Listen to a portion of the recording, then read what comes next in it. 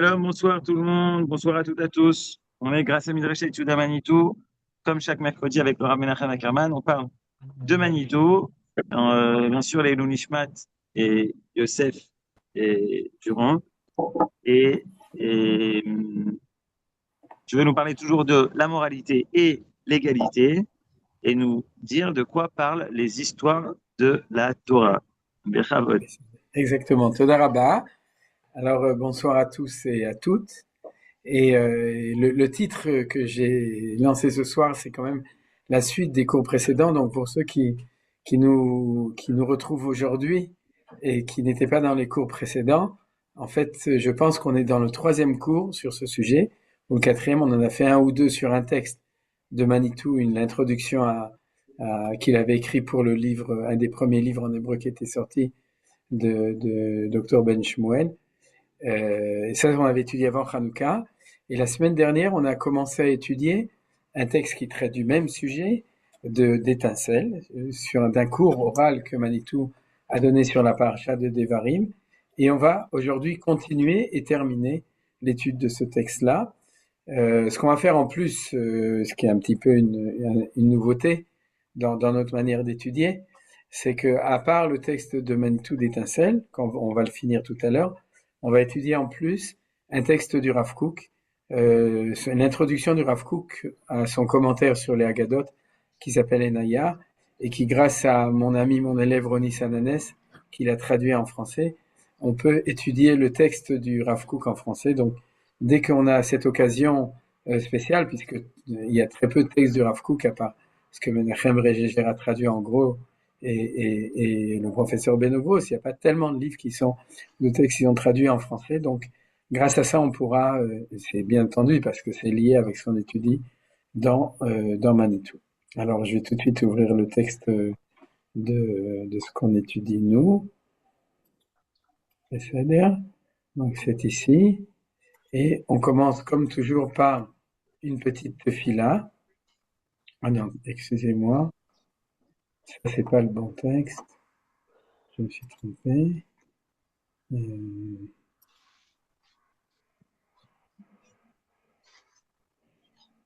Voilà, c'est celui-là.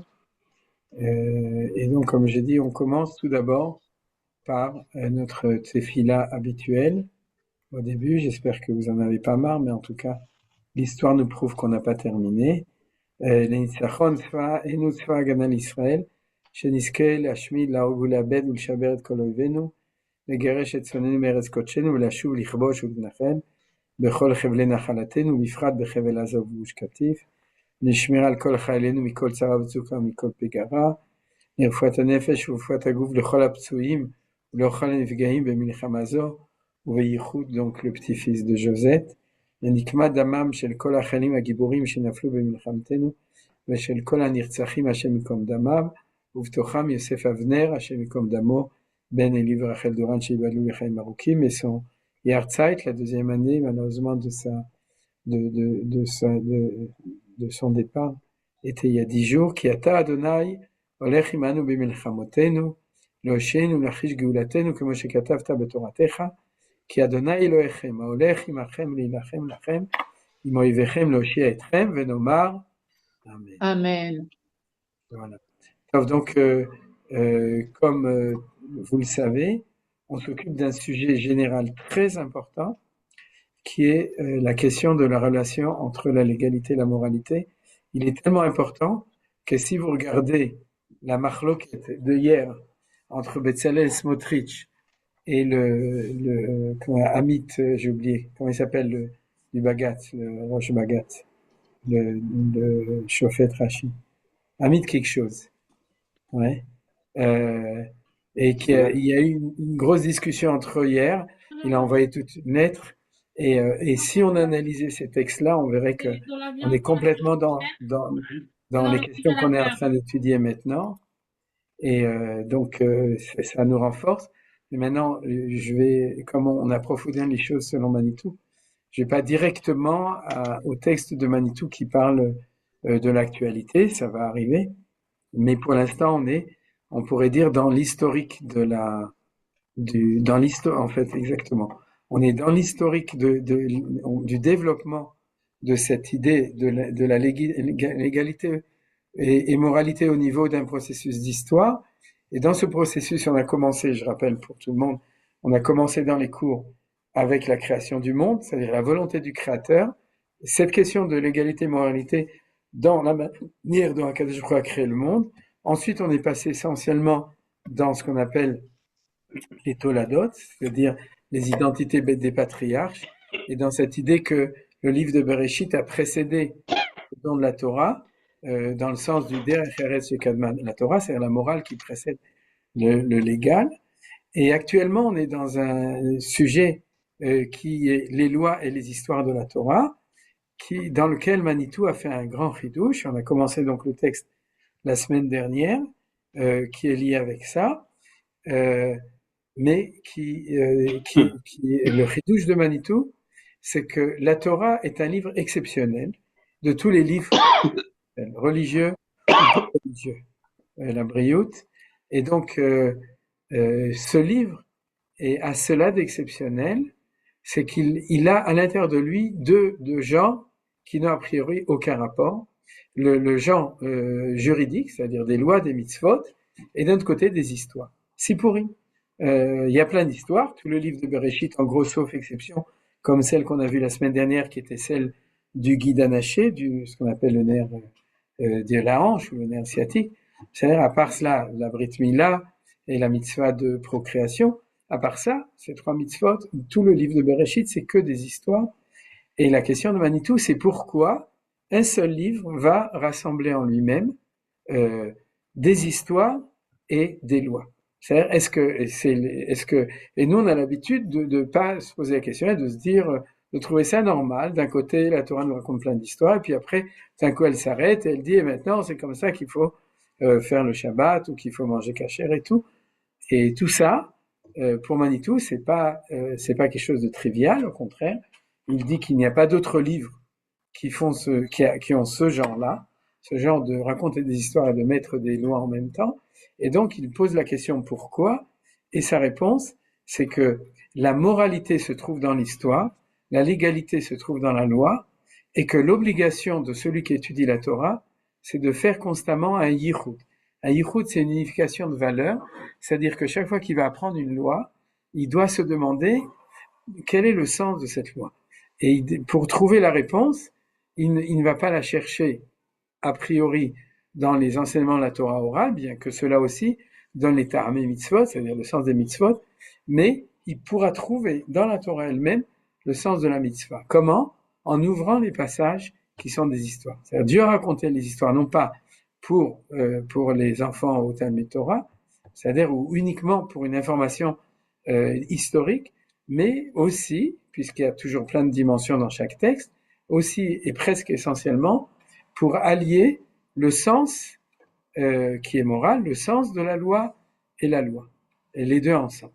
Et l'exemple qu'on a vu la semaine dernière, c'est un exemple extrêmement intéressant et édifiant, c'est celui du guide anaché, donc du nerf de Yaakov qui a été frappé par Esav. Pourquoi? Parce que c'est un des rares endroits où la loi se trouve dans l'histoire. C'est-à-dire d'habitude, des fois on a l'histoire dans la loi, mais des endroits où la loi se trouve dans l'histoire, c'est exceptionnel dans la Torah. Et c'est pour ça qu'on a passé pratiquement tout le cours la semaine dernière pour montrer l'amplitude, on pourrait dire, de ce que Manitou avait appelé un binyanav, c'est-à-dire l'exemple fondamental ou fondateur de cette théorie dans le cas du guide anaché. Voilà, ça c'est un petit peu un résumé de tout ce qu'on a vu jusqu'à maintenant pour remettre les pendules à l'heure. Et donc, on va continuer dedans. Maintenant, il y a encore un point que je voudrais rajouter, c'est que il y a un deuxième thème qui va ensemble avec ça, c'est Torah chez Birtav et Torah chez Be'al Peh.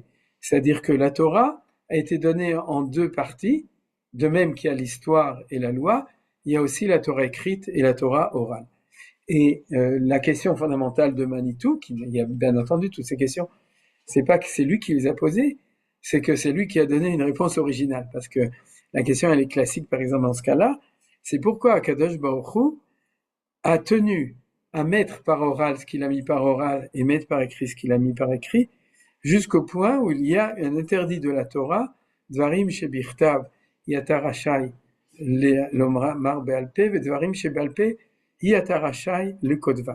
En français, des enseignements écrits dans la Torah, tu n'as pas le droit de les mettre par oral, c'est-à-dire de les enseigner que oralement, et les dvarim shebe'al peh, et des paroles orales, tu n'as pas le droit de les mettre par écrit. Le fait qu'aujourd'hui la Torah orale a été mise par écrit, c'est une entorse à la loi à cause de l'exil, pour qu'on ne les oublie pas.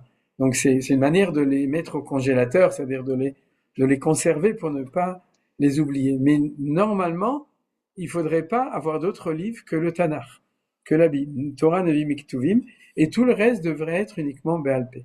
Juste, je fais une remarque à ce propos-là, c'est que la modernité actuellement fait que la Torah chez Be'al Peh est en train de redevenir Be'al Peh. Parce que les gens lisent de moins en moins de livres et ils écoutent de plus en plus de cours dans l'internet ou bien dans des cours enregistrés.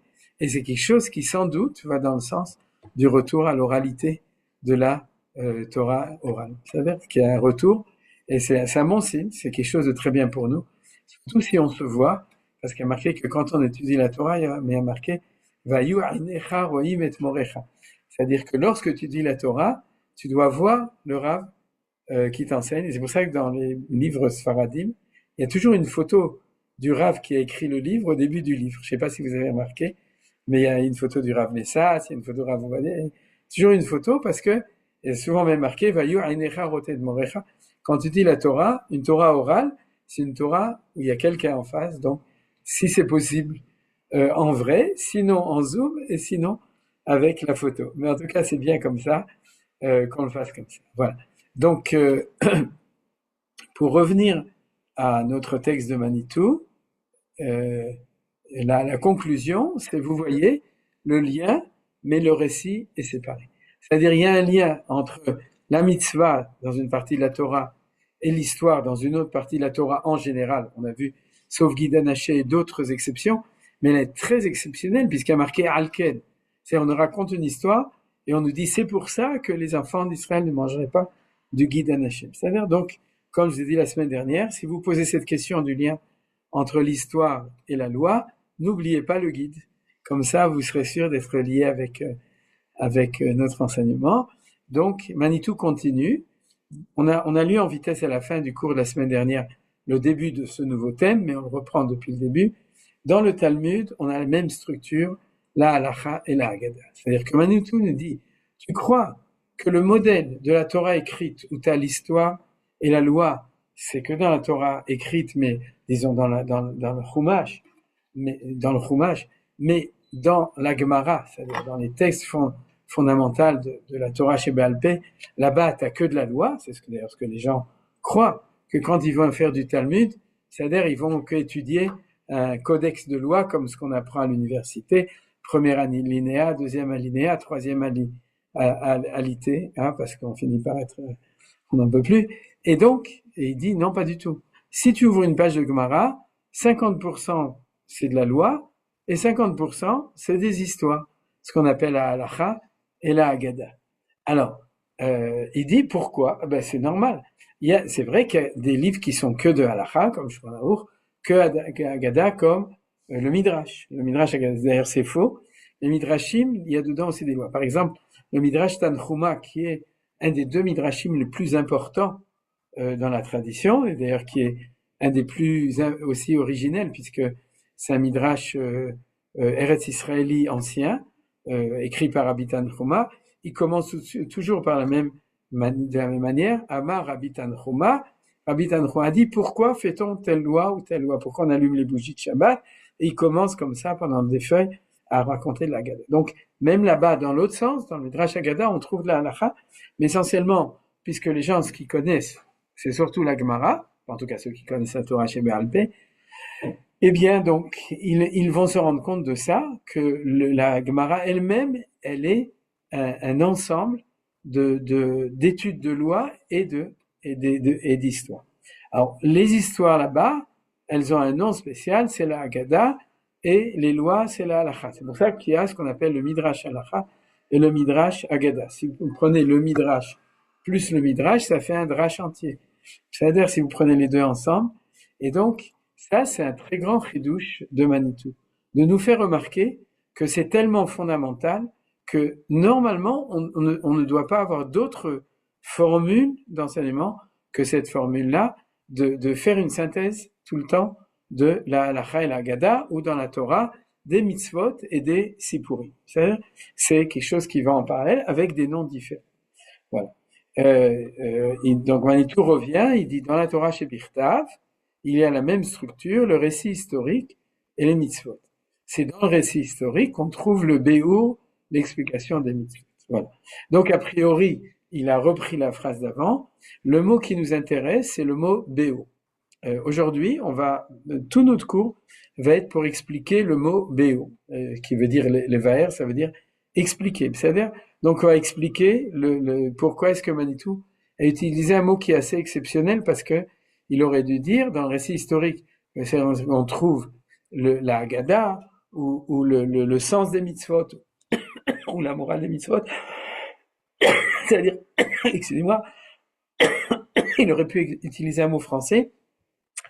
Mais il est allé chercher un mot tout à fait exceptionnel. On va voir qu'en fait, il apparaît que 2 fois, si mes souvenirs sont bons, dans la Torah. Et donc, on va étudier l'idée de Manitou qui est ici. Alors, où se trouve la première fois où il apparaît? Dans la parasha de Devarim, au chapitre 1, verset 5. Be'ever hayarden be'eretz Moav, Oil Moshe Be'er et Torah Azot. C'est-à-dire que le mot biour apparaît dans la Torah quand Moshe Rabbeinu, au début du livre de Devarim, va nous expliquer la Torah. Comme par hasard, ce shiur qu'on est en train d'étudier, c'est un shiur de Manitou. Regardez, à la fin, cours sur Parashat Devarim 1994. C'est pas du tout par hasard. C'est-à-dire qu'on va bien comprendre pourquoi Manitou, tout d'un coup, utilise ce mot biour. J'ai pas écouté le cours, hein. J'ai développé sans réécouter tout le cours. J'ai uniquement utilisé la citation de Ephraim Herrera dans Étincelle, mais je suppose que j'ai quand même compris ce que l'intention de Manitou, ou en tout cas c'est un développement qui sort de l'enseignement de Manitou. Donc vous voyez ça, on termine le texte de Manitou, et comme il s'agit d'un récit historique, alors là, c'est le chidouche nouveau qu'on va étudier aujourd'hui. Comme il s'agit d'un récit historique, il faut à chaque génération l'expliquer oralement, car c'est dans la nature de l'événement de devenir hermétique dès le lendemain, dès la génération suivante. C'est-à-dire que on a un nouveau chidouche. C'est quoi? Et faites attention à ça. C'est quelque chose qu'on n'a pas encore étudié dans tout ce qu'on étudie maintenant dans ce sujet-là. Il dit quoi? Il dit que le récit historique, qui est l'explication, le fondement du sens de la mitzvah, eh bien, il doit changer à chaque génération. Pourquoi? Parce que chaque génération comprend et vit différemment l'événement historique. Tout d'abord, le passage le plus, je pourrais dire le plus cardinal, le plus critique, c'est le passage entre la génération qui a vécu l'événement et la génération suivante. Et c'est ça qu'il y a dans la Torah. C'est dans la Torah, elle parle à 2 générations. Elle s'adresse à la génération qui est sortie d'Égypte, et puis ensuite, ça c'est les 4 Chumashim, et ensuite dans le livre de Devarim, elle s'adresse à la génération des enfants qui n'ont pas connu, en tout cas pas en tant qu'adultes, l'événement de la sortie d'Égypte, mais par contre, c'est les Tsabarim, c'est ceux qui vont rentrer en Eretz Israël, qui vont conquérir le pays et réaliser la Torah en tant que nation sur cette terre. Donc, c'est 2 générations différentes. Et Manitou disait toujours que c'est l'archétype de ce qu'on appelle Veshiv lev avot al banim, velev banim al avotam. C'est-à-dire que dans ce qu'on appelle le conflit des générations, il y a toujours ce conflit, il n'y a pas forcément un conflit, mais il y a toujours un dialogue, une discussion entre les 2 générations, parce qu'ils ne se comprennent pas forcément. Et le prototype, c'est celui qui connaît la Torah comme la Torah de l'espérance et de la promesse, c'est le Père, et le Fils, c'est celui qui connaît la Torah de la réalisation du projet tel que Dieu l'avait promis au Père. Ça c'est aussi un thème que vous connaissez dans la parasha de Vaïra, qui est au début du livre de Shemot, la 2e parasha de Shemot, où Manitou l'a développé souvent. Et alors, il nous dit, regarde, comment est-ce que c'est relié avec notre sujet, parce que vous voyez qu'on s'éloigne un peu du sujet central. Il dit comme ça. La partie historique, c'est-à-dire, est obligée d'être orale parce qu'elle est obligée d'être dynamique. Tout ce qui est marqué devient figé. C'est-à-dire, chez nous, dans le pays ashkénaze, on le mange tous les vendredis soirs, c'est le gefilte figé. Et puis, donc, par définition, quand tu le mets par écrit, tu le condamnes, on pourrait dire à une certaine, et ça devient, comme on a sclérosé, c'est-à-dire tu le condamnes à une certaine rigidité, parce que ce qui est écrit, c'est écrit. Et donc, si Dieu veut que ce soit écrit, c'est parce qu'il veut que ce soit éternel dans son immuabilité telle qu'elle est marquée.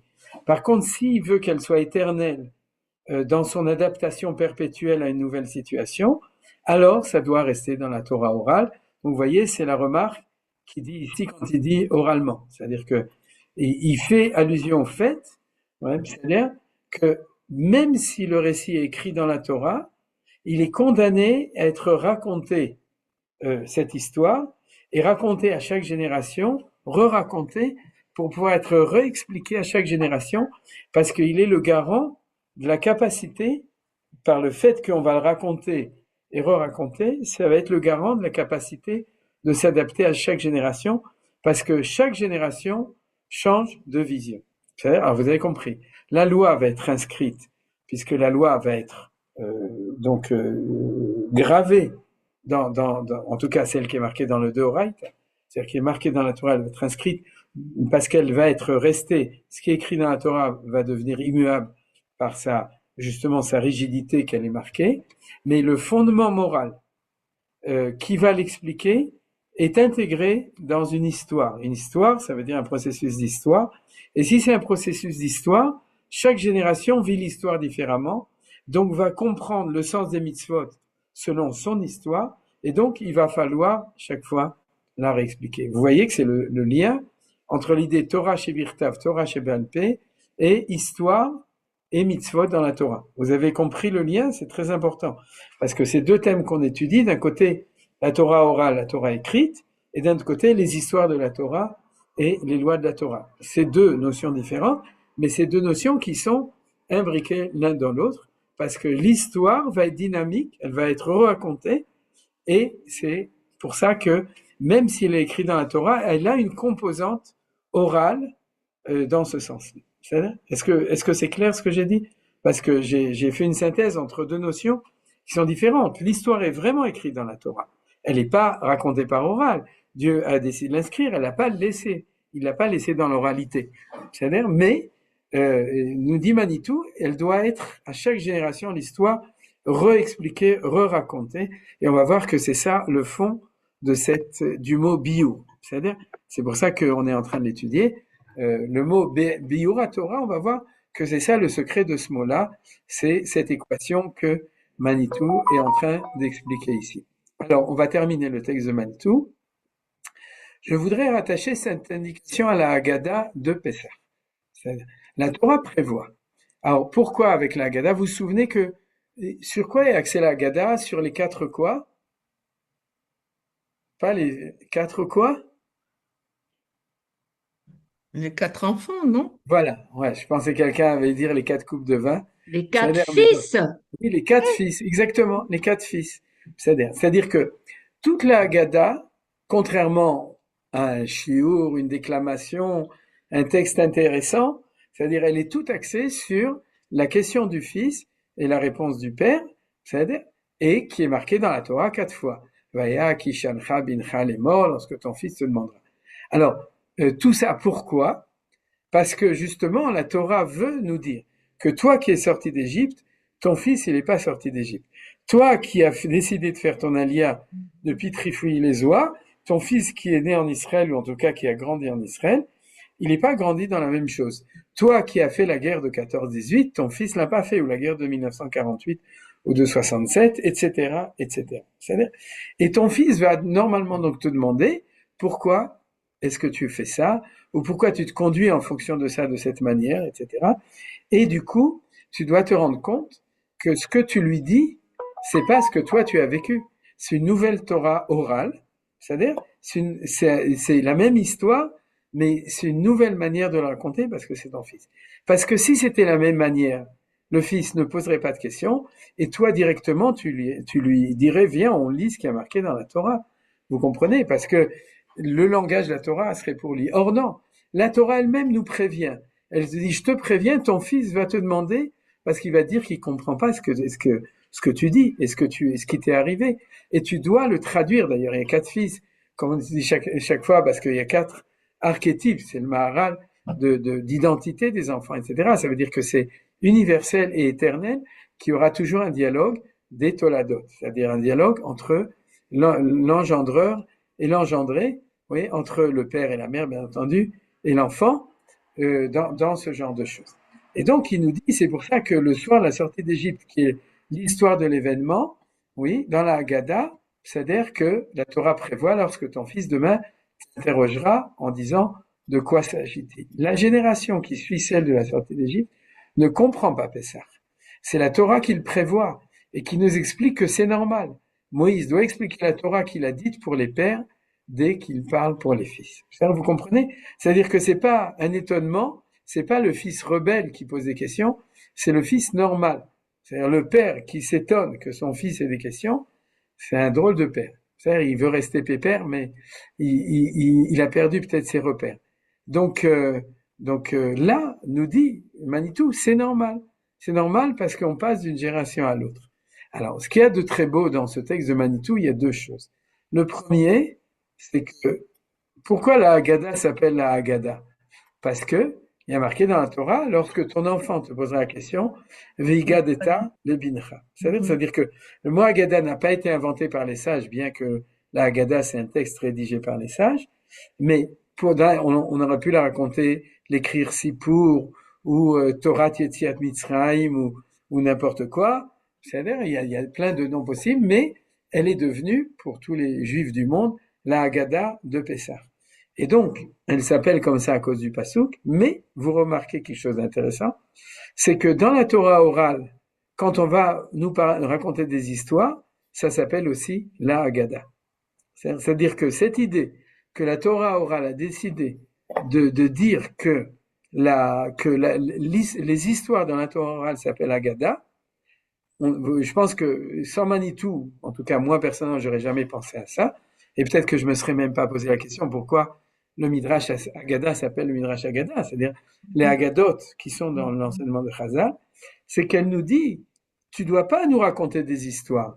Si je t'ai écrit tout ça, c'est que chaque fois que je l'ai écrit, j'étais en train de raconter l'histoire de la sortie d'Égypte et de l'histoire du peuple juif qui est marquée dans la Torah, mais je l'ai réécrit pour la génération dans laquelle j'ai vécu. C'est la Haggadah de la Gemara, eh bien, on a l'obligation, nous, de la re-raconter dans notre génération. Parce que sinon, c'était pas la peine qu'eux l'écrivent dans leur manière de la raconter à leur époque. Vous comprenez? Une Haggadah d'un Tana à l'époque du deuxième temple, parler aux Juifs du deuxième temple et lui raconter la Haggadah de la Torah. Donc, on pourrait dire la Haggadah Shel Pessah de son temps. Et un Amora, c'est-à-dire, il voyait que son fils, la moutarde, lui montait au nez, c'est pour ça qu'il s'appelle un Amora, et à ce moment-là, il lui racontait la Haggadah de son temps. Et nous, pour être fidèles à la Haggadah de la Gemara et de Pessah, il faut qu'à chaque génération, on cherche comment raconter de nouveau cette histoire pour qu'elle colle à la fidélité de la parole de Akadosh Baruch Hu qui était dans la Haggadah de la Torah, qui est celle des histoires de la Torah et qui est devenue aussi la Haggadah du soir de Pessah. Vous voyez, tout ça, c'est la précision de la pensée de Manitou quand il dit cette chose-là. La deuxième chose qui est importante dedans, c'est que il dit pas que chaque génération doit expliquer. Il dit Moïse doit expliquer la Torah qu'il a dite pour les pères dès qu'il part au fils. Et pourquoi est-ce que Manitou dit ça? Parce que, comme je vous ai dit, en fait, il y a 2 Torahs. Ça, je vous avais déjà enseigné une fois dans les cours de Parashat Shavua. Il y a une première Torah qui a 4 Umashim.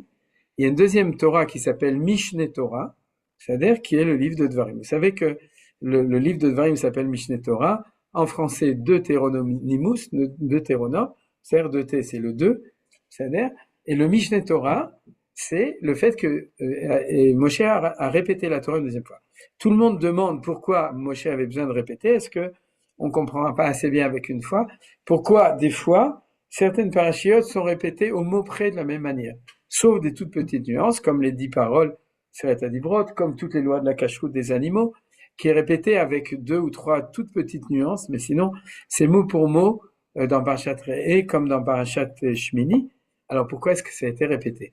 Réponse de Manitou, qui demande un développement sur toute la lecture du livre de Devarim, c'est que c'est 2 Torahs différents. La Torah des 4 livres, c'est la Torah que Dieu dit à la génération qui est sortie d'Égypte, et la Torah des Devarim, c'est celle qui dit à la génération qui rentre en Israël. Et aujourd'hui, comme je vous ai donné l'exemple, oui, nous et nos enfants, c'est pas la même génération. C'est-à-dire les Tsabarim et les Olim, ouais, chaque fois qu'ils nous posent une question, ils demandent ouais, pourquoi est-ce que tu as fait comme ça? Je te comprends pas. Tu le dis, je suis désolé. C'est-à-dire parce que tu es un olé et on est désolé. Donc, et lui, il comprend pas parce qu'il est pas olé. Tout ça, c'est pour qu'on sache qu'il y a 2 Torot, la Torah des pères et la Torah des fils. Et bien, dans la Torah elle-même de Chamish Chomshe Torah, il y a 2 Torot. Il y a la Torah des pères, Bereshit, Shemot, Vaikra, Bamidbar, et il y a la Torah des fils, le livre de Dvarim. Et c'est ce que dit ici Manitou. Donc, qu'est-ce qu'on voit par là? C'est que la Torah elle-même t'oblige à expliquer la Torah qu'il a dite pour les pères dès qu'il parle pour les fils, et il doit la dire, à part des choses qui sont identiques, mais au niveau du discours, il doit la dire de manière adaptée aux enfants eux-mêmes. C'est-à-dire, ça c'est, donc on a terminé, si vous voulez, l'étude de ce texte de Manitou. Et donc, après l'avoir vu de cette manière-là, c'est-à-dire dans lequel on voit très bien cette chose-là, on va rentrer dans la question de ce que signifie ce mot de bio. Comme je vous ai dit, le mot que Manitou a utilisé, c'est dedans qu'il incluait tout, puisque ce mot apparaît uniquement dans le livre de Devarim. C'est-à-dire, il apparaît pas. J'ai pas vérifié dans ma mémoire de Google Chumash. C'est-à-dire pour savoir si quelqu'un trouve le mot biur dans les 4 premiers Chumashim, alors j'essaierai de résoudre le problème. Mais en tout cas, d'après ce que je me souviens, s'il y a d'autres gens qui se souviennent, qui peuvent faire rechercher, ce mot est un mot qui est un mot rare dans la Torah, et il apparaît on va voir d'ailleurs 2 fois dans le Chumash de Devarim, et donc il représente non pas une explication de la Torah dans le sens je vais te faire un commentaire, mais il représente l'expression fondamentale de l'idée que la Torah doit être réinitialisée à chaque génération au niveau de la dimension des histoires de la Torah qui signifie le sens intérieur de la Torah. C'est-à-dire le sens intérieur, le sens des mitzvot et le sens général de la volonté de Hakadosh Baruch Hu. Donc, c'est pour ça, d'après moi, que Manitou l'a utilisé. Et on voit ici qu'il apparaît tout de suite au début du Chumash. Ouais, Ele Advarim Asher Diber Moshe, Ken, Moul Souf, etc. Be'ever Yarden Beres Moav. C'est le premier pasuk après toute l'introduction. Et il dit Oil Moshe. Donc Moshe a commencé. Be'er et la Torah azot les mots. D'expliquer la Torah. Donc c'est vraiment le mot central. Alors, comment est-ce qu'on peut comprendre cette chose-là? La première chose que je vais faire, c'est prendre pas forcément comprendre, mais développer le deuxième endroit où c'est marqué, et c'est bien plus loin parce que c'est au chapitre 27 de Parashat du Sefer de Dvarim, dans Parashat Kitavo. Ouais, dans la Parashat Kitavo, il y a marqué comme ça, quand tu rentreras en Israël, la Parashat vous la connaissez, c'est l'alliance qu'on a fait à Shrem, à Ar-Grizim et à Reival. Vous vous souvenez que quand on est rentré en Eretz Israël, le jour où on a traversé le Jourdain, on est monté jusqu'à Shrem, et Shrem est au milieu entre 2 montagnes qui sont le mont de Grizim et le mont de Reival, je sais pas comment on les appelle autrement, mais en tout cas Ar-Grizim et Reival, et on a renouvelé l'alliance du Sinaï là-bas. Ça c'est encore un sujet qui a été développé par moi et par d'autres plusieurs fois.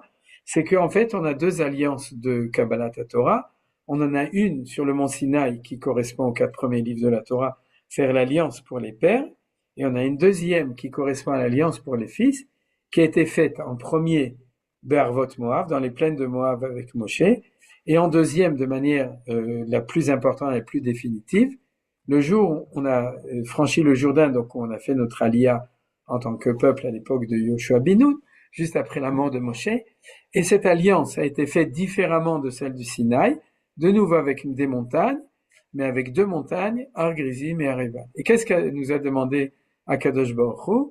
C'est de construire une stèle en pierre avec 12 grosses pierres qu'on a sorties du Jourdain pour bien montrer que c'est la Torah de l'entrée en Israël et avec ce passage du Yarden qui est aussi important que le passage de la mer Rouge qui était la frontière entre l'Égypte et la liberté. Et maintenant, c'est la frontière entre la liberté du cosmopolitisme du juif qui se promène partout avec le fait de faire son aliyah, de venir, de s'installer sur notre terre. Donc, le passage, c'est le Yarden. On prend les pierres, 12 pierres énormes pour l'unité des 12 tribus, et sur ces pierres, on va les recouvrir de cide, de chaux, et sur cette chaux, on va écrire la Torah, toute la Torah, et c'est ce qui est marqué ici. C'est que Dieu nous a donné une mitzvah d'inscrire ce jour même toute la Torah sur cette pierre. Et c'est ce qui est marqué ici, V'chatavta ala avanim et kol divrei Torah azot ba'eritev. Vous voyez que le pasouk du premier chapitre et ce pasouk, oui, kol divrei Torah azot ba'eritev, et c'est exactement le parallèle de ce premier pasouk. Ça veut dire que quand Moshe Rabbeinu nous donne cette mitzvah, nous annonce qu'il va expliquer la Torah, non seulement le livre de Dvarim, c'est le livre de la Torah expliqué à la deuxième génération, mais elle va être consignée dans le lieu et dans le temps de l'alliance entre cette deuxième génération et Dieu, ce qui est le Brit Har Grizim et Har Ebal, puisqu'on a cette mitzvah. Alors regardez ce qu'il dit dessus, c'est Rachid, son Agmara de Maseret Sota 32a, qui dit Ba'eritev en 70 langues Beshilim Lashon. Qu'est-ce que ça veut dire cette chose-là? Deux choses.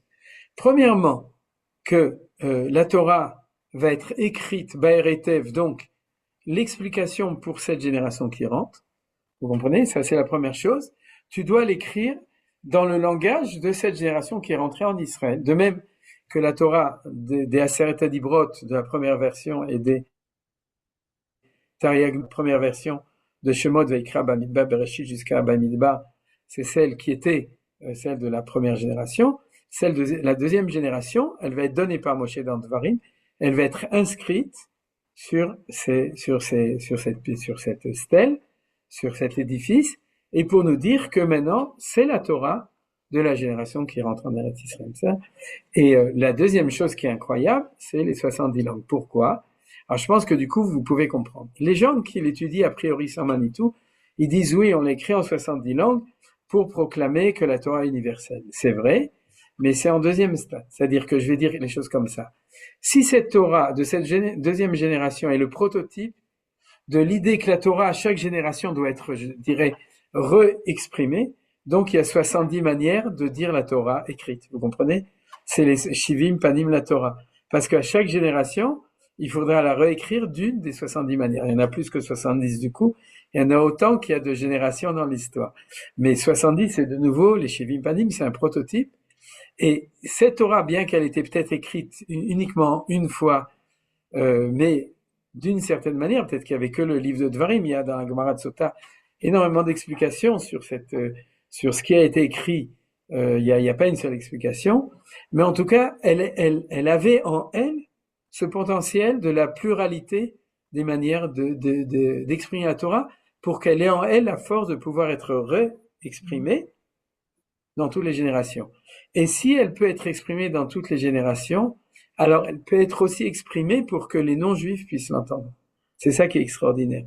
C'est-à-dire, dans Beshivim Lashon, ça veut dire qu'une Torah qui a la capacité, dans sa Torah orale, d'être re-expliquée chaque génération selon le besoin de la génération, elle est suffisamment large, fluide, je dirais, et profonde pour pouvoir même s'adapter aux questions non seulement de nos enfants dans toutes les générations, même aux questions des autres nations, ce qui a fait d'ailleurs, il ne faut pas trop en parler ce soir, mais ce qui a fait l'émergence dans l'histoire du christianisme, de l'islam et de l'humanisme moderne, qui sont tous les trois des émergences de la Torah traduite en 70 langues. C'est-à-dire, tout ça, c'est marqué ici. Vous voyez, je reprends, une Torah qui est capable de se traduire dans la deuxième génération, elle va en fin de compte être capable d'être aussi en 70 langues.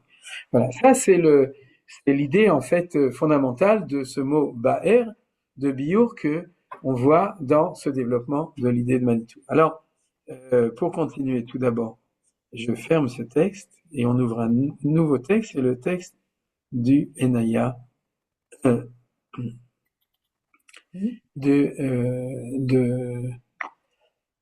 Rav Kook. Alors, comme je vous ai dit, c'est l'occasion, une fois, de pouvoir l'étudier, et je rappelle que l'Ichvodo, donc commentaire d'Agadot du Talmud du Rav Avraham Yitzhak Cohen Kook, traduction et passage choisi par Roni Sananes. Vous savez que tous les lundis, on consacre notre limoud à la mémoire de Michel et de Gérald Sananes. Roni, c'est leur fils, chez Ibadel et Chaim Arukim, qui a la chance d'être un Talmid Chacham. À part ça, il a plein d'autres bonnes qualités, des vertus. Et une d'elles, c'est qu'il a pris l'initiative de traduire des passages du commentaire de Rav Kook sur la Haggadah. Parce que c'est quoi Enaya? C'est son commentaire sur ce qu'on appelle le En Yaakov. Le En Yaakov, c'est un Rav qui s'appelait Rav Yaakov quelque chose, je me souviens plus, qui a pris toutes les Haggadot du Shas et il les a éditées sans les halachot. C'est-à-dire, il a décidé, et ça s'appelle le En Yaakov. C'est quelqu'un qui va étudier toutes les Haggadot du Shas sans s'occuper des halachot. Alors, il a un livre qui s'appelle En Yaakov. Et Rav Kook a décidé de faire son commentaire sur tout le En Yaakov, et malheureusement, il s'est arrêté à la fin de Shabbat. Il a expliqué tout Brachot, tout Ezraïm et tout Shabbat, et puis après il s'est arrêté, il avait d'autres choses à faire, sans doute, donc il a pas continué, bien qu'apparemment il aurait voulu, mais il n'a pas eu le temps et c'est dommage pour nous. Mais en tout cas, c'est un commentaire extraordinaire pour ceux qui peuvent l'étudier en hébreu. Enaya, 4 tomes, commentaires sur Brachot et Shabbat, 2 tomes de Brachot, 2 tomes de Shabbat, et actuellement, c'est un best-seller dans toutes les chivotes religieuses sionistes. Quand on étudie Rav Kook, en général, on étudie Enaya. On observe par exemple le Rav Tao, tous les cours qu'il fait, je pense que vous savez qui c'est, le Rosh Yeshiva de Haramor, c'est-à-dire tous les cours de Torah qu'il fait pour un grand public, il enseigne tout ce qu'il veut enseigner sur Rav Kook, mais il se base toujours sur Enaya. Je ne sais pas quelle est la raison, mais en tout cas... Il explique tous les Shabbats. Ah, aussi. Regarde, toi tu pries chez Rav Cherki? Bah, t'as de la chance. Je savais pas que tu habitais à Kiryat Moshe. Beseder, tov. Ok, Beseder, mais en tout cas, c'est sûr que c'est quelque chose de très intéressant. Et donc, pour ceux qui veulent en français, vous pouvez acheter en vente dans vos kiosques habituels le Enaya de Roni Sananes. Le nom du Rav, c'est Rabbi Yaakov Salomon Ibn Habib, qui est né en Castille. Habib. Très bien. Chazak Baruch. Len Yaakov, très bien. Donc, Chazak Baruch. Aaron, Toda Rabba. Donc, le Rav Kook a fait un commentaire sur tout Shabbat et Brachot des Haggadot du Shas, c'est-à-dire, et il a fait une introduction. Il a une très très longue introduction à son commentaire, et comme dans son introduction, il explique ce que ça veut dire le mot bio, ouais, et donc on va l'étudier. On pourrait ne pas l'étudier, on pourrait rester dans Manitou. Pas de problème. Mais ce qu'il y a de Je chante la soupe. Ce qu'il y a de très beau dans ce commentaire, pour nous, c'est qu'on va voir comment les grands esprits se rencontrent. C'est-à-dire que le Rav Kook va développer ses propres idées sur le terme du bio, mais on va voir de manière incroyable combien les idées qui vont dans sa pensée à lui, du Rav Kook, et les idées de Manitou, c'est absolument dans le même état d'esprit, dans le même ordre de grandeur de vision des choses. Et c'est pour ça que je vous propose ensemble d'étudier. J'ai pris quelques passages de l'introduction. J'ai pris trop, donc on n'aura pas le temps de tout étudier dans les 12 minutes qui nous restent, mais on va commencer. Nous avons l'habitude de désigner les savants qui s'aventurent dans les textes profonds de la Torah, ceux qui viennent éclairer les paroles ou les écrits de nos sages, comme exégètes, mefarshim ou mevaharim. Voilà. Donc, le Rav Kook, ce qu'il fait, c'est que il dit que les deux mots pour expliquer les commentaires de la Torah, donc ce qu'on appelle la Torah orale, c'est-à-dire les commentaires, c'est ou des mefarshim, ça c'est ce qui est le plus habituel, ou bien des mevaharim. Alors vous connaissez plutôt les mefarshim. Ce qu'on utilise d'habitude, c'est plutôt mefarshim. C'est-à-dire, mais on a moins l'habitude du mot mevaharim. Bon, il y a ici, je sais pas pourquoi il est écrit comme ça, mevaharim qui vient du mot bio. Ces deux désignations font référence à deux sortes d'éclairage, tous deux nécessaires. En effet, pour parvenir à la perfection, l'homme a recours à deux capacités. Donc toujours dans le Rav Kook, s'il y a deux mots pour dire un commentaire de Torah, il va dans quelque chose d'absolument fondamental dans l'être humain. L'interprétation pérouche et l'approfondissement. Vous comprenez? C'est-à-dire que le pérouche, c'est expliquer ce qui est marqué, et le biour, c'est l'approfondissement de ce qui est marqué. Aller au-delà de ce que tu vois. On pourrait dire pshat et drash, pour pouvoir expliquer selon ce que vous avez l'habitude de réfléchir, mais le Rav Kook va aller beaucoup plus loin dans cette explication-là. Mais vous êtes d'accord. La première chose que je fais, c'est que je veux comprendre ce que je vois. La deuxième chose, c'est que je vais essayer de développer des choses à partir de ce que j'ai compris, ou ce que j'ai assimilé, ou ce que j'ai vu, observé. C'est-à-dire ça, c'est le bio. Le pérouche, c'est l'explication. Le bio, c'est le développement, l'approfondissement. Les enseignements de nos sages qui nous éclairent depuis des générations se doivent d'être concis comme un concentré destiné à être développé. Comme dans le transfert de son texte qui était en PDF à moi, il y a toutes les accents qui sont partis. Donc vous m'excusez, s'ils sont plus là. Nos maîtres devront les interpréter et les approfondir au cours de l'histoire. Cela est d'autant plus vrai pour les versets de la Torah des prophètes et des hagiographes. C'est-à-dire que, vous voyez, comme dit Manitou, que dans l'histoire, on va avoir une obligation non seulement de faire un pérouche sur le Tanakh, mais de faire un bio sur le Tanakh. C'est-à-dire, et là on retrouve Manitou, c'est-à-dire non seulement de s'accrocher au texte, parce qu'il tu comprends pas le texte, mais aussi de donner un envol qui va dépasser le texte, et il va dire que c'est ça le bio. Voilà. Alors le développement traditionnel de la Torah commence par l'étude des textes qui ont déjà été écrits, pour ensuite les expliquer et les étendre. Étant donné que le monde des idées est une étendue infinie, et qu'il n'y a pas de limite à les réflexions, quiconque arrive à puiser de l'eau claire des profondeurs conformément au chemin de la Torah et de la raison, contribue à l'amélioration du monde.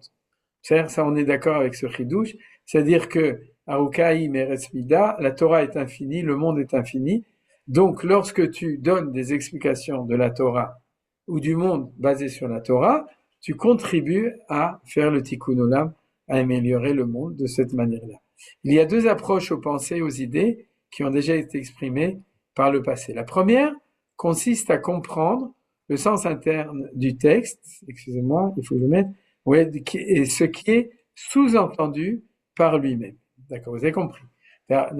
C'est pas forcément le pshat, ça peut être un drash, ça peut être un sod, mais on est en train de montrer ce qui est sous-entendu dans le texte lui-même. C'est-à-dire ce que le texte a dit du Tanakh, du Gemara, mais là il parle du Tanakh, mais en fin de compte, les Haggadot Hachas, c'est aussi un commentaire de la Torah, mais il dit la première chose qu'on doit faire, c'est montrer ce qui est inclus à l'intérieur de ce texte lui-même. Ceci est appelé le pérouche, et il va expliquer pourquoi, et parce qu'il va dire que le mot pérouche, ça vient du verbe tendre, comme on le trouve dans le verset. Tendre, ça veut dire étendre.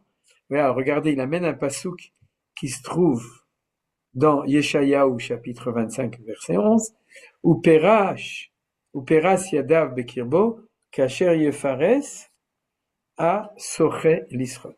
C'est-à-dire, on parle de Moab, ça a été rajouté dans un pasouk, étendra les bras, ainsi que fait le nageur pour nager. Vous avez compris? Ça veut dire que le mot lefaresh, ça veut dire faire le mouvement d'un nageur qui étend ses bras, et ses pieds d'ailleurs, pour pouvoir flotter et pour pouvoir nager. C'est-à-dire, c'est pour ça qu'on embrasse la Torah. Vous avez compris? Quand elle sort. Parce que pour nager, il faut faire la brasse. Et donc, exégèse qui est une ouverture des idées qui se trouve pliée dans le texte. Ainsi, nous devons déplier ce qui est caché. Vous avez compris? Donc, le pérouche, en fait, c'est qu'on considère que dans un texte, il y a un certain côté hermétique du texte, toujours, pas forcément des mots eux-mêmes, mais du message immédiat qui veut être transmis. puisque la Torah, elle est énorme, et puis elle est ancienne, et puis elle est en la Shana Kodesh, et puis c'est la parole de Dieu. Donc tout ça fait, et encore d'autres choses, que la Torah, elle est comme si elle était repliée sur elle-même, et la notion du Pérouche, c'est de l'ouvrir comme ça. En Égypte, on n'avait pas le droit de le faire, c'est pour ça qu'on disait, il n'y a pas Pirouche. Nachon, c'est interdit, le papyrus, pour ceux qui n'ont pas compris. Mais bon, bref, ça c'est la chose que nous dit le Rav Kook ici. Vous comprenez? Ça c'est la première chose. Non pas faire des chidushim, des nouveautés, mais permettre à un texte qui est plié d'être développé, d'être ouvert. Donc ça c'est la notion du pérouche. Il existe une autre approche, car les idées se trouvant dans un texte ont le pouvoir d'influencer d'autres idées qui leur sont logiquement associées. Alors ça, c'est très intéressant. C'est ça qui va faire que l'intelligence humaine, dans le biour, ce sera pas du AI, de l'intelligence artificielle. Pourquoi? Parce que du AI, c'est que du pérouche. Et que chez l'homme, il y a la capacité de développer les choses au-delà par association. C'est-à-dire, l'association, c'est d'ailleurs même pas tellement au niveau de la neurologie comment ça marche, puisque c'est pas de la neurologie, c'est de la neshamalogie. Alors donc, en tout cas, c'est ce qu'il dit, c'est que ça a le pouvoir d'influencer d'autres idées qui leur sont logiquement associées. Le texte et toutes ses exégèses invitent l'homme à découvrir et à concevoir de nouvelles pensées qui elles aussi font partie intégrante de ce texte. Ceci ne résulte pas de ce qui est inclus dans le texte spécifique, mais résulte de la grandeur de Dieu qui a doté l'homme de capacités intellectuelles prêtes à s'étendre à l'infini. Vous avez compris ce qu'il dit là? C'est-à-dire que c'est l'intuition associative de l'homme dans sa pensée, qui vient du fait que tout est lié à tout dans les yichud et lionim de la divinité, et qui se trouve à l'intérieur de notre intelligence, qui fait qu'on peut développer des idées nouvelles de manière associative quand on étudie un texte. Donc, cette nouvelle idée est inscrite dans le texte, mais ce n'est pas un pérouche, c'est un bio. Vous avez compris la différence. C'est-à-dire, même si j'ouvre le texte, je vais comprendre ce qui est marqué dedans, mais le biour, c'est un génie différent, c'est la capacité de voir ce que ce texte développe au-delà de ce texte. C'est comme si tu as une graine, tu vas regarder la graine, tu fais un pérouche, tu vas faire pousser ce qui va pousser dessus, tu vas faire un biour. Tu as développé quelque chose de nouveau qui se trouve potentiellement dedans, mais que tu ne savais pas encore. De cette manière, les textes seront largement développés, telle une source jaillissante, un fleuve intarissable. Vous avez compris, Nachon? C'est plus du tout un réservoir, bor souchenoma bet tipa, c'est un réservoir où on regarde ce qu'il y a dans le réservoir, mais c'est une source qui te sort tout le temps des nouvelles choses. Comment est-ce que c'est relié avec le mot biour? On a vu pourquoi le mot pérouche s'appelle pérouche. On n'a pas encore vu pourquoi le mot biour s'appelle bio. J'imagine que vous avez déjà deviné ce que va dire le Rav Kook. Cette approche de l'étude est la plus élevée. Elle prend le nom d'approfondissement bio, provenant de la racine puits, un puits d'eau vive. Parce que comment on dit un puits en hébreu? BR. BR. C'est pour ça que quand on commence à étudier la Torah à ce niveau-là, à la fin du cours, on dit « je suis épuisé ». Nachon, parce que t'es rentré dans le puits. Ouais, ok, mais c'est donc ça, c'est l'histoire du bio. Vous avez compris la différence de nuance entre le Faresh et le Veret Torah. Grâce à ce travail, émerge un jet d'eau nouveau à partir de la sagesse traditionnelle que nous avons reçue en héritage des générations passées et de nos saints vénérés. On revient à Rav Kook, on revient à Manitou. Vous avez compris ce qu'il est en train de nous dire? Que quand il y a marqué dans la Torah, où il Moshe Ber et ta Torah Azot, il a dit, je te fais pas de pérouche. Je vais pas te faire pour la deuxième génération un commentaire pour que tu le comprennes comme tes pères. Je vais faire jaillir une nouvelle source de Torah qui va être nouvelle pour que tu puisses la vivre en tant que nouvelle génération. Et c'est ça qui a marqué Oil Moshe, Be'er et ta Torah Azot, l'Ivnei Israël dans la deuxième génération. Puisque c'est une autre génération, il n'y a plus de pérouche, ou il y a des pérouchim, bien entendu, mais il y a une obligation qui est un biour. Et c'est pour ça que le livre de Dvarim, c'est dedans qu'on a le mot biour, d'après le Rav Kook, mais vous voyez très bien que ça va tout à fait de manière extraordinaire dans le sens de Manitou. Alors on continue. Vous voyez, il y a les ancêtres vénérés, les générations passées, d'accord? Mais ensuite, on a reçu un héritage, mais à partir de là, il faut faire émerger des nouvelles sources, des nouvelles eaux, quelque chose de nouveau qui est nouveau pour nous. Cela est vrai pour les paroles de la Torah qui s'érigent tel un marteau qui brise la roche, comme pour les paroles de nos sages. Donc vous comprenez, c'est-à-dire cette idée de Pérouche et de Bio, c'est vrai quand tu étudies la Torah, et c'est vrai quand tu étudies la Gemara, le Zohar, le Midrash, etc. Tu dois toujours être dans cette notion de Pérouche et de Bio. Cet approfondissement bio ne provient pas du sens particulier du texte, mais de la volonté divine et de sa bonté qui a pourvu l'homme des moyens de sa réussite et de son bonheur en éclairant son âme par une lumière de vérité, l'alimentant ainsi d'une riche nourriture spirituelle. Qu'est-ce qu'il veut dire par là? Je vais vous dire. Il va vous dire, quand vous allez voir mon commentaire sur la Haggadah qui est marquée dans la Gemara, vous allez vous demander d'où il a sorti ça. C'est-à-dire parce que vous n'allez pas voir un Pérouche, vous allez voir un bio. C'est-à-dire vous allez voir le Rav Kook et vous allez demander comment tu as vu ça dans le texte. C'est-à-dire, et la vérité, c'est qu'il l'explique comment il va dans le texte, mais tu demandes, mais c'est extraordinaire. Quand on étudie du Hanaya, tu dis, mais comment lui a vu cette chose-là à l'intérieur du texte? Et Rav Kook te répond, c'est pas parce que je t'ai expliqué le texte, c'est parce que le texte m'a permis de faire jaillir des nouvelles idées. Alors tu vas dire, alors c'est du Rav Kook et c'est pas de la Haggadah qui est marquée. Le Rav Kook nous dit, mais c'est oui la Haggadah, c'était marqué de temps, non pas en tant que Pérouche, mais en tant que bio. C'est-à-dire que le texte de la Torah, de l'histoire dans la Torah, ou le texte de l'histoire de la Haggadah dans la Gemara, est une source qui permet à des Gdolé Israël, comme le Rav Kook, c'est-à-dire qui avait tout ce qu'il fallait pour ça, au niveau de ses vertus, de ses connaissances, de son srutavot, de son intelligence, de sa spiritualité, de sa dikout, il lui permettait de pouvoir faire émerger d'un texte des choses qui peuvent émerger de ce texte-là, et c'est ça qu'il dit ici. C'est-à-dire, c'est pas le sens particulier du texte, c'est pas le sens unique, c'est-à-dire, mais la volonté divine et de sa bonté qui nous permet à nous, à Manitou, à Rav Kook et à chacun de nous, c'est-à-dire, par la lumière de vérité, d'alimenter d'une riche nourriture spirituelle qu'on trouve dans le texte. Ce travail d'approfondissement bio est encore plus nécessaire dans l'approche des Haggadot que dans l'étude des halachot. Maintenant, on est totalement dans du Manitou. Vous comprenez? C'est beaucoup plus important d'utiliser la notion de biour dans la Haggadah que dans la halacha, c'est clair. Parce que la halacha étant le texte de la loi, il y a beaucoup plus de nécessité de parshanout, c'est-à-dire de comprendre la clarté de l'intention de celui qui a érigé la loi, que d'en faire des développements spirituels, puisque c'est la loi elle-même. Par contre, dans la Haggadah, que la Haggadah, c'est elle qui a en potentiel tout cet développement pour chaque génération, alors c'est évident qu'il faut l'étudier avec bio. Quand on étudie la halachot dans le but est de parvenir à la gestion de nos actes, l'essentiel est de découvrir, dans le sens de quelque chose qui est couvert ou plié. Ouais, c'est-à-dire en français on dira découvrir, en hébreu on dira déplier, c'est-à-dire ce qui est dit dans le texte lui-même, ou dans les différents textes qui traitent du même sujet. Ce n'est pas le cas de l'étude des Haggadot. Ces Haggadot sont comme des semences qui pourront faire naître un fruit de vérité dans le cœur de ceux qui se dévouent au labeur de l'étude de la Torah. Parce que ça ne vient pas tout seul, il faut investir, comme ce qu'on est en train de faire ensemble maintenant. C'est-à-dire, ces textes ne sont pas apparus dans leur sens littéral, mais pour les innombrables idées neuves qui pourront suivre. Compter de la révolution de ce que nous dit Rav Kook, d'ailleurs, ce que disait Manitou. C'est-à-dire, ceux qui l'ont écrit, c'est pas pour qu'on fasse de ce qu'on appelle de l'annonnement, c'est-à-dire de répéter annonner dans le sens du Torah Tahmar, c'est-à-dire bonne annonée et bonne santé, c'est-à-dire, je vous le dis ce soir, c'est-à-dire,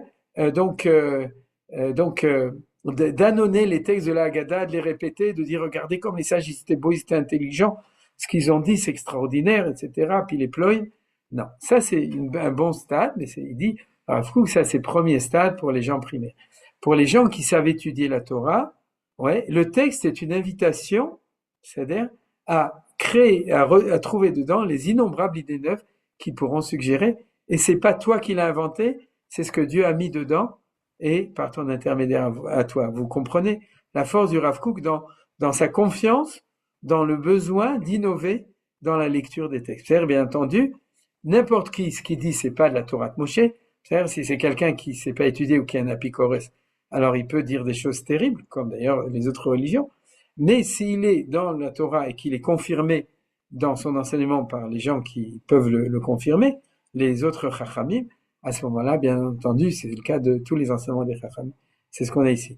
Lorsque nous venons approfondir les paroles et les paraboles de nos sages, nous avons à faire un travail général qui dépasse de loin la particularité du texte. Nous agissons avec le siyata d'Ishmaïa, qui désire nous rendre meilleurs en nous donnant les moyens de trouver par nous-mêmes la nourriture spirituelle vitale pour votre âme. Donc, quand il parle de Dor Vedorchav, chaque génération, là, il dit aussi pour chaque individu. Chaque individu doit étudier ce texte en cherchant ce qu'il lui dit pour nourrir sa propre âme. Par cela, nous participons à l'œuvre divine. On ne détruit pas l'œuvre divine en s'éloignant du pshat, qui serait le pérouche, mais au contraire, on est associé à l'œuvre divine. C'est cette idée que Rabbi Yoshua nous suggère dans le Midrash sur le verset des psaumes. C'est par ça qu'on va terminer. Ki lo yavinu el peulot Adonai vel maase yadav yeharsem velo yivnem. C'est dans les psaumes. Il y a des gens qui comprennent pas les actions de Dieu et ses actes, et ils les détruisent et ils les comprennent pas. A priori, ces gens qui comprennent pas ce que Dieu fait. À propos de l'expression, ils ne prêtent aucune attention aux actes de l'Éternel. Dans le Passouk, Rabbi Yeshua enseigne, ce sont les Haggadot. Vous voyez, aucun rapport a priori avec le verset, mais le Rav Kook très joliment le dit, car il est dit que celui qui ne peut approfondir les Haggadot, il ne fait pas qu'il ne prête pas attention aux actes de Dieu. C'est-à-dire, et donc, ceci est sous-entendu dans la traduction-interprétation araméenne du verset, ou Shaftem Maim Besasson mi Maïna Yeshua. Quel rapport avec le puits? C'est évident, puisqu'on est dans la source. Traduire en araméen, remarquez, c'est un verset a priori qu'on danse quand on se promène avec une cruche comme ça, parce que tant on va la cruche à l'eau, qu'à la fin on se casse de la Torah, parce qu'elle n'est pas intéressante. Alors traduit en araméen, vous recevrez des explications nouvelles de nos sages les plus érudits. Alors, et dans le Deutéronome, il est écrit, Be'ever hayarden be'eretz Moav, Oil Moshe Be'er et Torah Azot. Donc vous voyez que tout ce qu'on a étudié aujourd'hui dans Rav Kook et dans Manitou, Baruch Hashem, c'est tous, ils ont puisé à la même source, et c'est comme ça qu'ils sont arrivés là où ils sont arrivés. On n'étudiera pas la suite dans le Naya pour avancer dans le Rav Kook. Ceux qui sont intéressés, je vous envoie le texte en parallèle, et ceux qui veulent lire dans l'intégralité, en français dans le livre de Roni Sananes, en hébreu dans le Enaya, comme je vous ai dit, en vend dans tous les kiosques, et puis comme ça, vous pourrez vraiment comprendre la profondeur de l'enseignement de nos maîtres. Top. Est-ce que vous avez des questions, des interrogations, des éclaircissements? Oui, on parle de biour aussi dans la Haggadah pour brûler le pain. Ça, c'est aussi biour. Oui, mais c'est avec un aïn. Ah. C'est une question d'Ashkenaz, Myriam Luger. Parce qu'un Esfarad, il va dire biour et biour. Ouais. C'est brûlé. Ouais, c'est brûlé. C'est donc la vérité. Traduit en français. Quoi? Les Haggadot. Ah oui, Nachon, en édition Verdé, t'as raison, toutes les Haggadot. Mais pas avec le commentaire de Rav Kook. C'est-à-dire ni avec le commentaire. C'est autre chose. Ouais, c'est uniquement les Haggadot. Mais Toda que tu le signales, pour ceux qui aiment les Haggadot. Par exemple, vous savez que les Dalton, ils aimaient beaucoup les Haggadot. Ah ouais, Haggadah. Voilà les Dalton. Voilà. Et vous savez pourquoi? Parce qu'ils étaient daltoniens, ils voyaient tout en blanc et noir, la Haggadah et la Halacha. C'est-à-dire, le rouge et le vert. Voilà. Des questions sinon? J'ai une question, mais c'est pas sur le cours. Qu'est-ce qu'il y a comme livre sur les Midrashim en français? Tu parles de commentaires ou de traduction? Traduction, il y a ce que traduction et commentaires, oui. Et sinon, il y a le Midrash 16. Ouais, le Midrash raconte. Il y a un texte comme ça, ou ainsi raconter nos sages, etc. Mais la vérité, c'est que, comme l'a dit le Rav Kook, c'est-à-dire si tu veux étudier de la Haggadah véritablement, il faut l'étudier avec quelqu'un qui a écrit un biour sur la Haggadah. Et ça, c'est toute la Torah. C'est-à-dire toute la Chassidoute, tout l'enseignement de Manitou, le Kol Torah de Munk, le Rashi de manière générale dans la Torah, etc. C'est-à-dire chaque fois que tu as un enseignement qui cite des paroles de la Haggadah et qui l'explique, il est en général dans le biour et pas dans le pérouche. C'est-à-dire, donc c'est en fait ce qu'on fait toute notre vie, tu vois. Maintenant, c'est-à-dire, si tu étudies Kol Torah de Munk, ben tu fais un biour. Si tu étudies Manitou, t'es dans le biour. Si tu fais la Chassidoute, t'es dans le biour. C'est-à-dire, ok. Merci beaucoup. Oui, moi j'avais une petite question. en fait, dans Bereshit, on n'a pas trop de mitzvot. Donc, en fait, les histoires qui sont racontées, enfin, c'est pas des histoires d'ailleurs, mais les événements qui nous sont relatés, à mon avis, c'est donc plus justement pour y trouver la morale, cette identité des pères, comme on Mhm. l'a étudié au départ. Donc, et en fait, il me semble que c'est presque plus difficile, puisque justement, cette morale ne repose pas simplement sur des mitzvot, elle repose sur, je sais pas, l'identité, la transmission des pères. Et donc, parce que dans Bereshit, on n'a pas tellement de mitzvot Ouais. qui, sont- qui sont mises. Et il y a pas mal de textes. Donc, par exemple, la question qu'on peut se poser, je crois que c'est le Rav Sachs qui disait ça, lorsqu'on on voit Adam qui dit c'est pas moi, c'est Ève qui m'a fait manger. Donc, il fait ressortir de ce fait-là la responsabilité individuelle. Ensuite, quand Mhm. Caïn et Abel dit je ne suis pas le gardien de mon frère, ça relève de la responsabilité euh, avec autrui, enfin des autres. Mhm. Ouais. Enfin, donc ça relève, enfin, est-ce que c'est bien ça? Ça relève de la morale, puisque Ouais, il absolument. y a quand même Maintenant, beaucoup de textes sans mitzvot. Donc, ouais. Alors, en fait, ce que tu dis, c'est ce que j'ai dit dans la fin du cours de la semaine dernière, c'est que Manitou avait amené deux exemples, le guide Anaché, dans lequel tu avais les deux ensemble, oui, c'est et la ça. mitzvah de Ve'afta l'ereacha kamocha, où il avait dit que ça retourne à Caïn et Ève. Tu vois, comme tu as cité au nom du Rav Zak. C'est si tu veux comprendre Ve'afta l'ereacha kamocha, ouais, on voit bien que dans la réalité, c'est pas parce que c'est marqué que toutes les religions et que toutes les morales y croient que c'est réalisé ou qu'on sait comment le réaliser. Parce qu'il y a des fois où il faut aussi Hakam l'orgecha, ashkem l'orgo, c'est-à-dire il faut pas faire Vafta l'eracha kamocha avec des assassins. C'est-à-dire donc connaître les limites ou bien comment le gérer et comment se défendre malgré l'obligation d'amour de l'autre dans le cas où il faut vraiment le faire, etc. Tout ça, c'est des choses qui sont extrêmement complexes. C'est toute la Oui, relation c'est ça. humaine. Voilà. Et alors, ce que dit Manitou, c'est que, et c'est ça le grand ridou, c'est que l'essentiel, c'est tout d'abord, Baruch Hashem, de toute sa vie étudiée, ces textes-là. Et on l'étudie toute notre vie. Et chaque fois qu'on l'étudie, on approfondit. Et ensuite, de faire le yichud. C'est-à-dire de dire comment est-ce que je vais traduire ce que j'ai appris au niveau moral de Bereshit, comment est-ce que je vais le traduire dans les mitzvot du Shulchan Aruch. Ou comment je vais réaliser les mitzvot du Shulchan Aruch en accord avec ça. D'ailleurs, je te rappelle que c'est ça le problème de la justice actuellement israélienne, mais la justice occidentale, c'est que de manière volontaire, la loi c'est la loi, elle n'est pas intéressée à donner une justification à la loi par la morale. Donc, chaque fois que tu étudies une mitzvah de la Torah, quelle qu'elle soit, c'est-à-dire, ou que tu la réalises, parce qu'avant tu dis le Shem Yichud, ou tu dis la Bracha, et que tu fais cet effort de dire, eh bien, je vais être sympa avec ma petite fille, Nahon, qui vient me voir de temps en temps, n'est-ce pas, Noémie? Et puis, je vais l'aider dans certaines choses parce que je veux réaliser par là quelque chose que j'ai appris aujourd'hui dans la parashat Shavua. Comment est-ce que Yaakov il s'est occupé de ses deux petits enfants de Ephraim et de Ménaché. Alors ça, c'est la complétude de notre Torah, c'est-à-dire on étudie pour connaître, pour s'élever et aussi pour faire descendre la Torah dans la réalité. Alors faire descendre la Torah dans la réalité, c'est exactement les yichud dont parle Manitou. C'est-à-dire étudier ces textes et ensuite les lier. C'est pour ça que on te demande pourquoi tu as des mekoubalim ou tu as des tzadikim. Quand ils font une mitzvah, ils sont en extase, ils restent des heures, etc. Ils disent qu'est-ce qu'ils ont à faire pendant une heure à regarder leur bougie de Hanouka.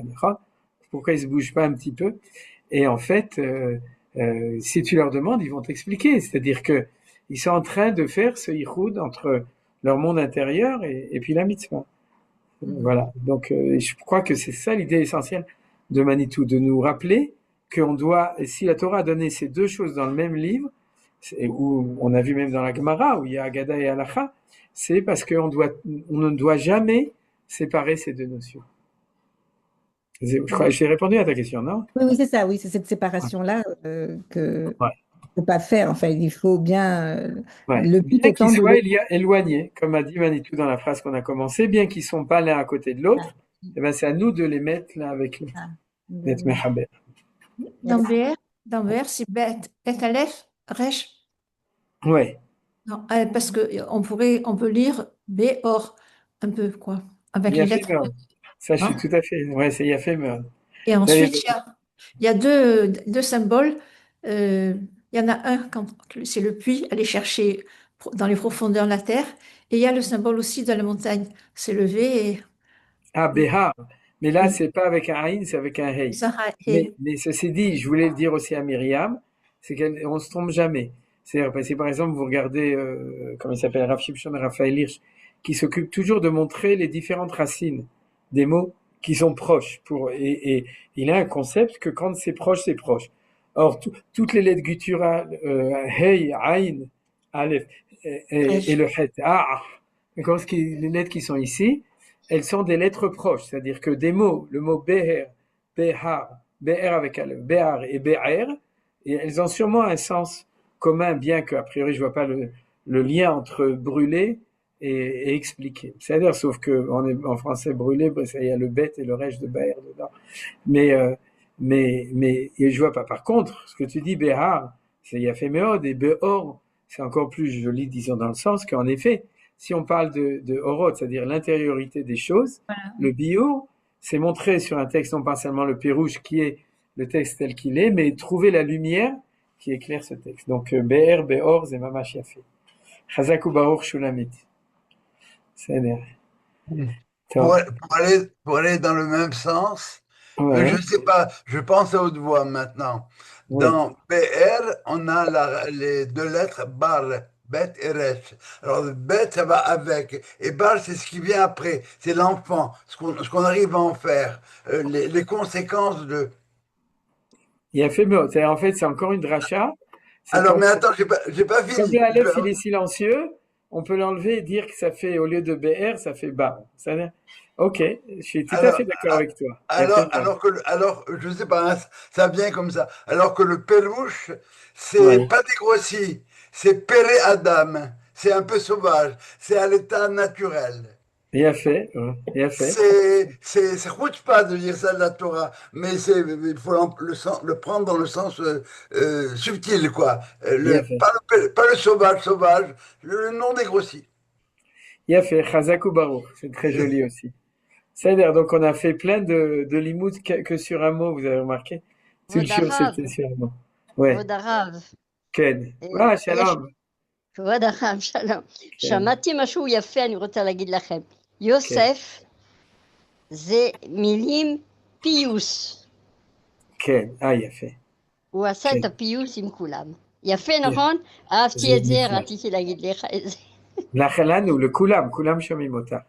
Top, טוב, c'est la תודה. rabbinite לא, Nelly. אבל Ouais, זה לא, bon, זה c'est לא vague, on n'y ממני, voit pas. שמעתי את זה. Non, le שיוסף Rachid, זה c'est Beilou Michel. פיוס. D'accord. Et en français, רואים כמה הכל נמצא באותיות ובמילים. אפשר d'accord. להוציא המון המון חומר D'accord. מזה. Alors, la vérité, תודה c'est רבה. que Nelly, elle nous a toujours amené des très jolies choses. Pas assez, la vérité, chaque semaine, tu devrais nous dire quelque chose. לא, אבל Mais, זה ממש mais, מצא חן בעיניי. ouais. תודה. Mais ce qu'elle a dit en hébreu, pour ceux qui n'ont pas compris, c'est que les lettres de Yosef, c'est les mêmes lettres que Pius. Pius, c'est faire la paix entre les gens. Et donc, parce que Yosef, Réconciliation. la Il a réconciliation, réconcilié tous les frères ensemble. voilà, il a réconcilié tous les frères. Ah, Toda Rabba, c'est encore mieux traduit. תודה רבה לכם. Chazak ou תודה. Baruch, merci beaucoup. תודה. Letiski, Mechadesh lanu bebriut ou berichut אבל yamim. השיעורים שלך נהדרים, ממש. Top. ממש, תודה רבה. Ok. Bon, j'éteins l'enregistrement. Ok, בסדר. Yalla. Alors, on s'arrête là. Et Bezrat Hashem, Shabbat Shalom.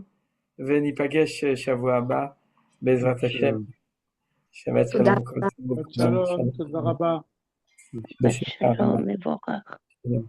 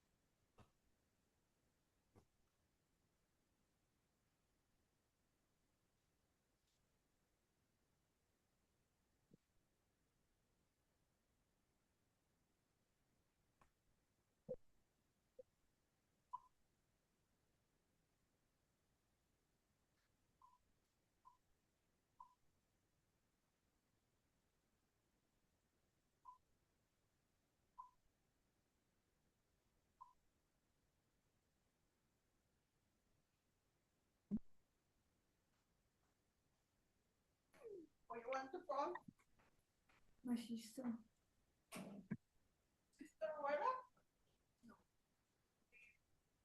Gratuite.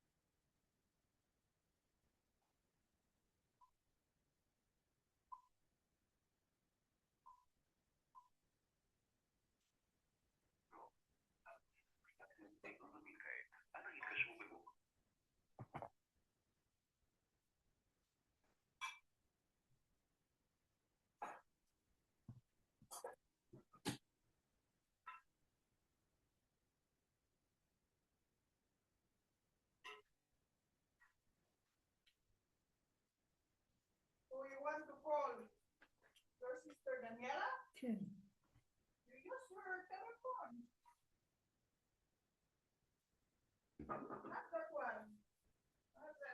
This one?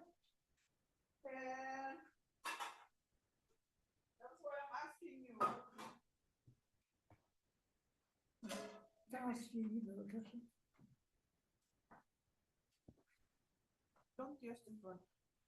Which one? Lama yo.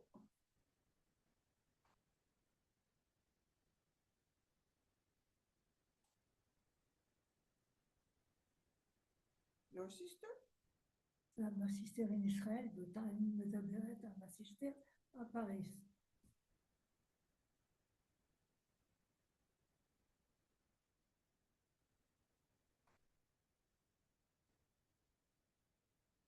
נכון? רגע.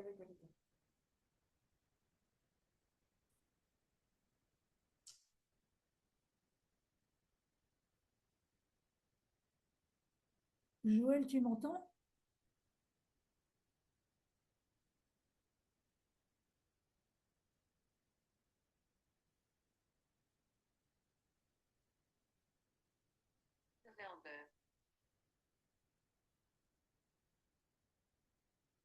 This one, נכון? כן.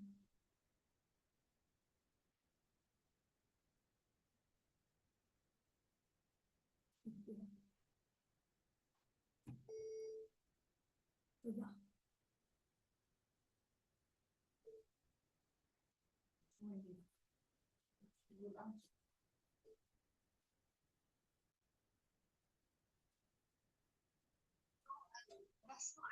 Oui. Imagine-toi que j'ai Joël en face de moi.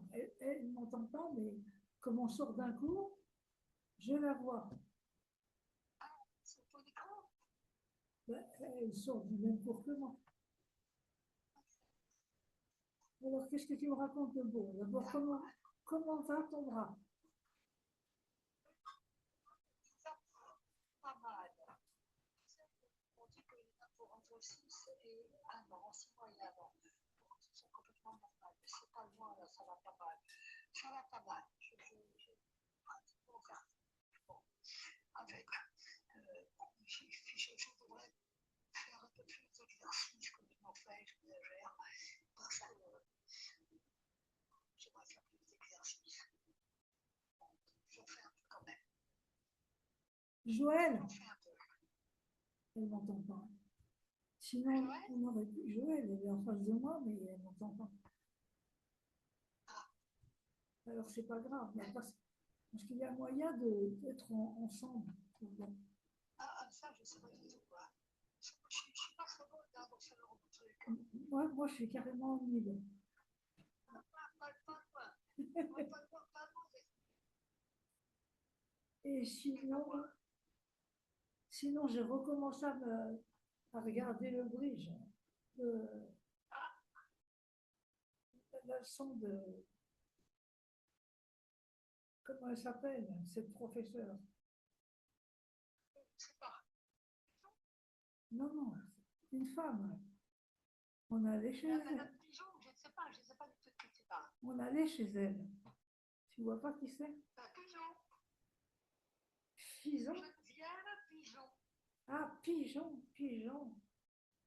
Et tu vois, j'ai repensé beaucoup à elle parce que c'est une femme magnifique, elle est très belle, mais elle a que des emmerdes. Elle a divorcé, elle s'est mise avec un autre type, son fils est mort, l'autre type est mort. C'était qu'on a connu qui était avec elle. Oui. Ce homme qui Ben oui, parce qu'ils sont mariés, donc c'était Pigeon. Et puis voilà, c'était très agréable d'être avec elle, mais à part ça, elle a tout perdu. C'est triste. J'en sais rien, hein, c'est à Paris. Moi, je suis en train de regarder ses cours ici à Jérusalem. Aucune idée, mais je pensais à elle en me disant que quand on dit l'homme propose, Dieu dispose, mais je te jure, cette pauvre femme, elle a été très riche, elle a mis des belles fleurs sur son balcon, et puis elle était sympa, quand elle voulait d'ailleurs, et voilà. C'est un très bon prof. Moi, j'ai trouvé que c'était un excellent professeur. Absolument. Mais seulement en étant absolument professeur, elle a tout perdu. Sauf qu'elle a eu une petite fille avec son mari, avec son enfant qui était moche. Elle avait un enfant très joli et un enfant moche. Ils ont eu. Le beau, il est mort et le moche, il est mort aussi. Ils sont tous morts. Ils sont tous morts. Quelle horreur, dis donc. Pauvre ces enfants, quelle horreur. C'est horrible, hein. Et donc, elle était très proche de sa petite fille, quoi. Et elle était d'une laideur épouvantable. Mais je crois qu'elle a dû s'arranger en vieillissant. Hein. Et la petite fille, elle n'est pas morte, elle. Non, mais elle était très, très laide. Elle est très laide. Ah bon? Je me demandais qui est-ce qui m'appelait, mais je vois. Brenda? Could you call Carol hairdresser. Allô? Daniel?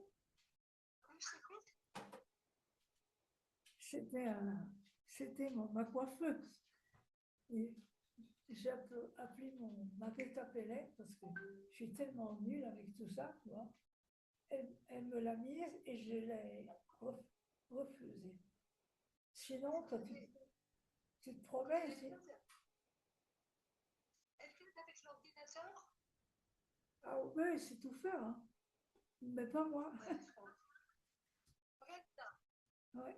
C'est toujours Brenda? Oui. Ah ouais. Elle est charmante, cette femme. Oui. Mais écoute, j'ai pris mes billets d'avion pour le mois de mars.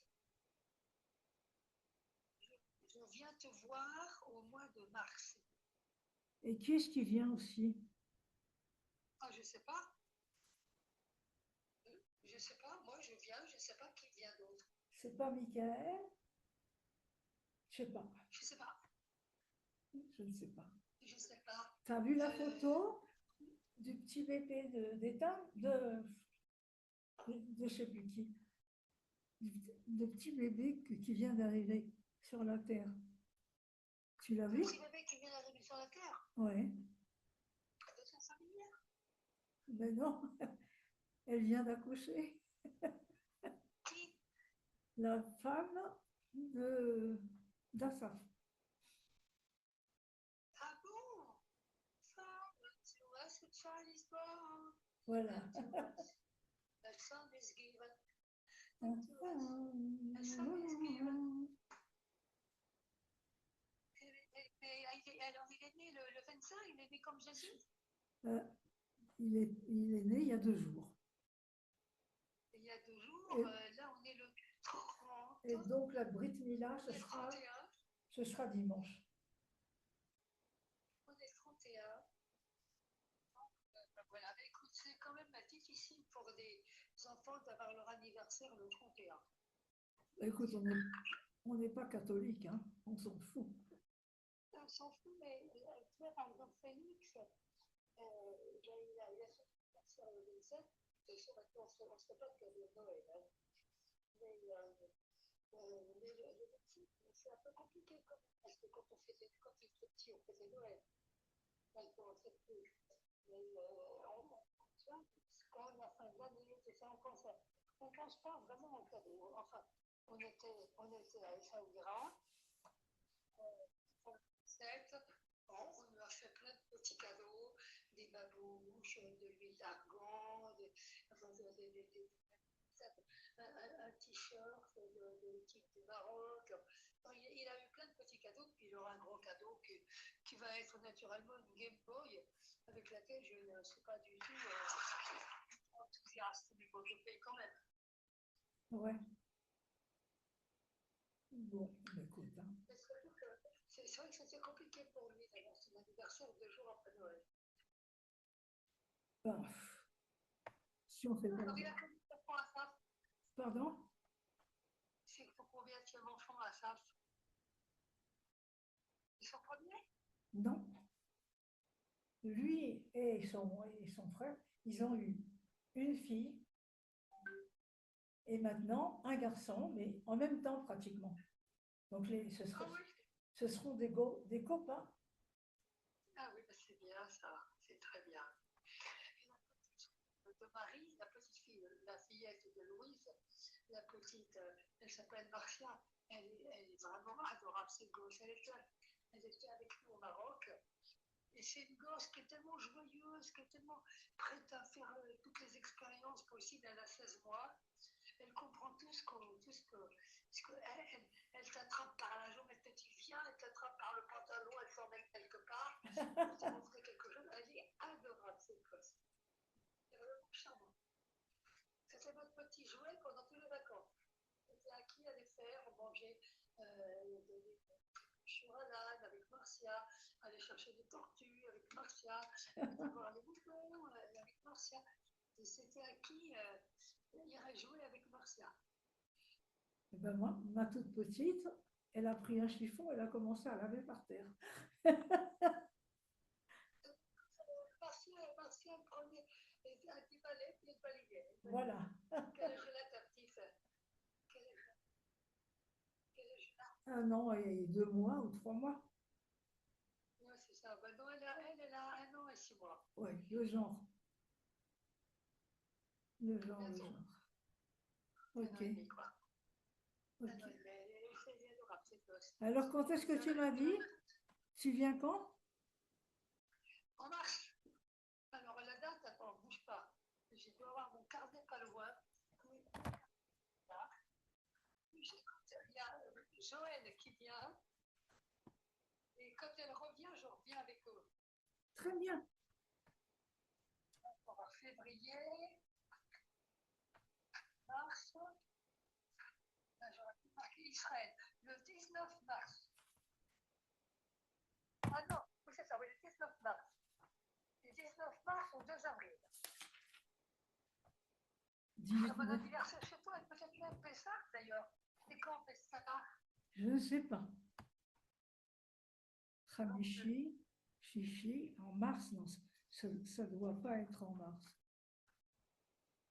Hein? Je ne sais pas, attends, voilà, j'ai l'ordinateur devant les yeux. Marqué, attendez. Alors, Pessah, 26.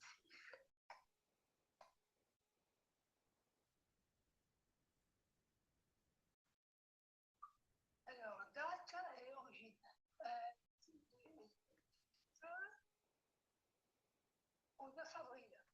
Pardon? Quoi?